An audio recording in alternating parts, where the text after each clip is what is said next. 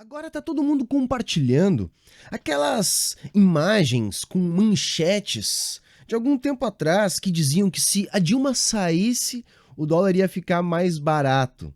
E aí, na montagem, a galera coloca o dólar hoje sendo vendido aí a quase R$ 5. Só que a questão do dólar é a ponta do iceberg de uma economia morta. Dólar subindo significa que estamos demandando mais dólares ou que o mundo está demandando menos reais. Na relação entre agentes externos que precisam ter acesso a algum produto ou serviço brasileiro, ou ainda ter acesso ao nosso mercado consumidor, e agentes brasileiros que precisam ter acesso a produtos e serviços do exterior, precisamos mais de produtos e serviços estrangeiros do que precisam dos nossos. Claro que a coisa não é tão simples assim, e é isso que eu quero discutir aqui. A alta do dólar é um dos reflexos da atual dinâmica do capitalismo periférico dependente brasileiro. Não se trata de um reposicionamento intencional do câmbio, a fim de restringir as importações e valorizar as exportações em meio a uma estratégia de política industrial. A prova disso são as intervenções do Banco Central vendendo reservas em dólar a fim de segurar a cotação da moeda estrangeira. Trata-se de deteriorização dos termos de troca, uma das formas de transferência de valor da periferia do sistema capitalista para a centralidade do sistema. Esse vídeo é para tentar fazer aqui um resumão do quadro que indica a morte da economia capitalista brasileira. Uma forma de tentar demonstrar que esse otimismo com essa eventual retomada do crescimento não passa de ideologia. Uma propaganda barata, propagada por quem tem algum benefício direto a ganhar com essa situação. Esse discurso, ele só serve para defender interesses de classe. Então a gente pode dizer que esse dólar a 4,30 está no meio de muita coisa. Estamos em déficit da balança comercial. O agro não paga a conta das importações, mesmo vendendo bem e mesmo com a alta do dólar. Um crescimento medíocre na ordem de 1% em 2019 já afeta as importações, prejudicando o resultado da balança comercial. Isso tem a ver com a participação da indústria, que teve queda de 1% no Brasil em 2019. Isso pressiona as importações de manufaturados de consumo e diminui a participação da indústria nas exportações. Prejudica o saldo da balança comercial. A indústria tem maior valor agregado, tem maior elasticidade de demanda. Por mais atrativas que nossas commodities possam ser, por mais produtiva que nossa agricultura possa conseguir ser, a demanda desses setores é inelástica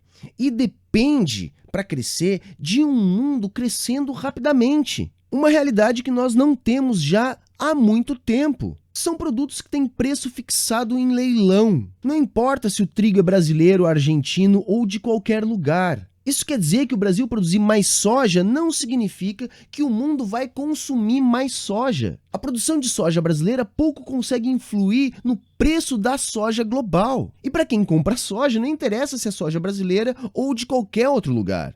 É isso que significa a tal demanda inelástica. Somente com o mundo crescendo num ritmo acelerado, portanto, consumindo mais commodities, que uma economia baseada em commodities pode produzir algum crescimento robusto. É a indústria que transfere mais rapidamente os ganhos de produtividade para os salários. É a indústria o setor onde os ganhos de produtividade se convertem em sinergias, estimulam a formação de cadeias de maior complexidade produtiva, que ganham escala e criam a própria demanda. A indústria é um setor onde a marca do produto importa, tem maior elasticidade de demanda.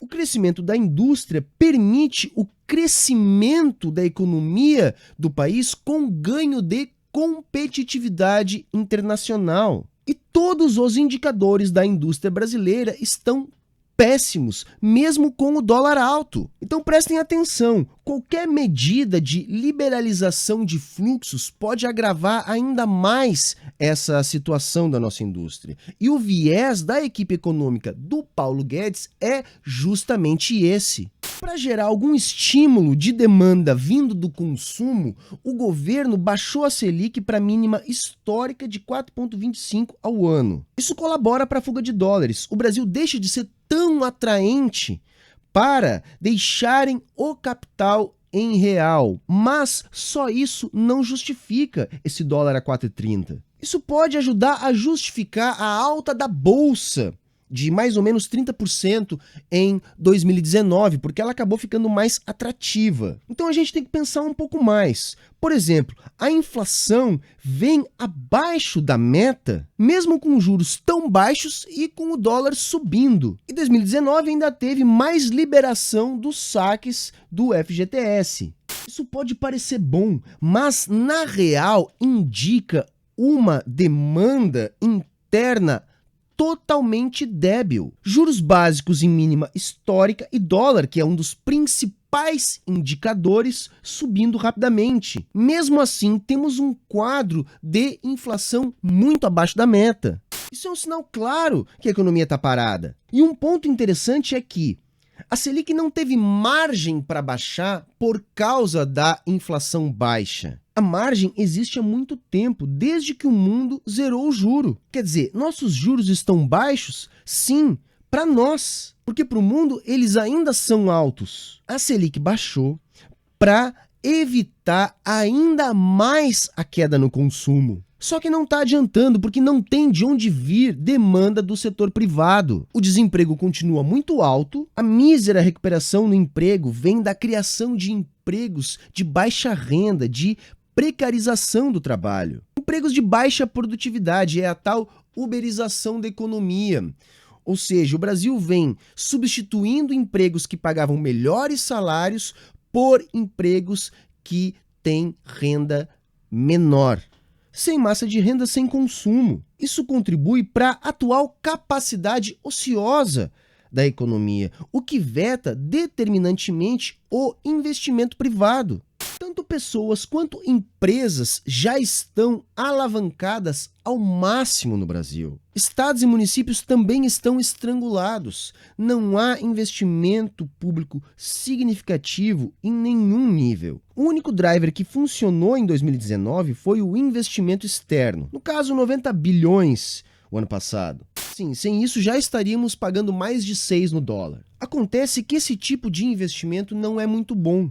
Ele não se traduz necessariamente em aumento do produto. E mesmo quando se traduz, é um investimento que, sem um controle macroprudencial e uma política de transferência de know-how, pouco faz no sentido de estimular o desenvolvimento de cadeias produtivas complexas, que são o que de fato podem gerar o desenvolvimento das forças produtivas dentro do capitalismo. Passado o otimismo dessa virada ideológica aparente do governo, esse investimento externo tende a cair. Afinal de contas, agora somem as expectativas e ficam as condições reais da economia que não sugerem o aumento desse tipo de investimento. Então a questão é essa.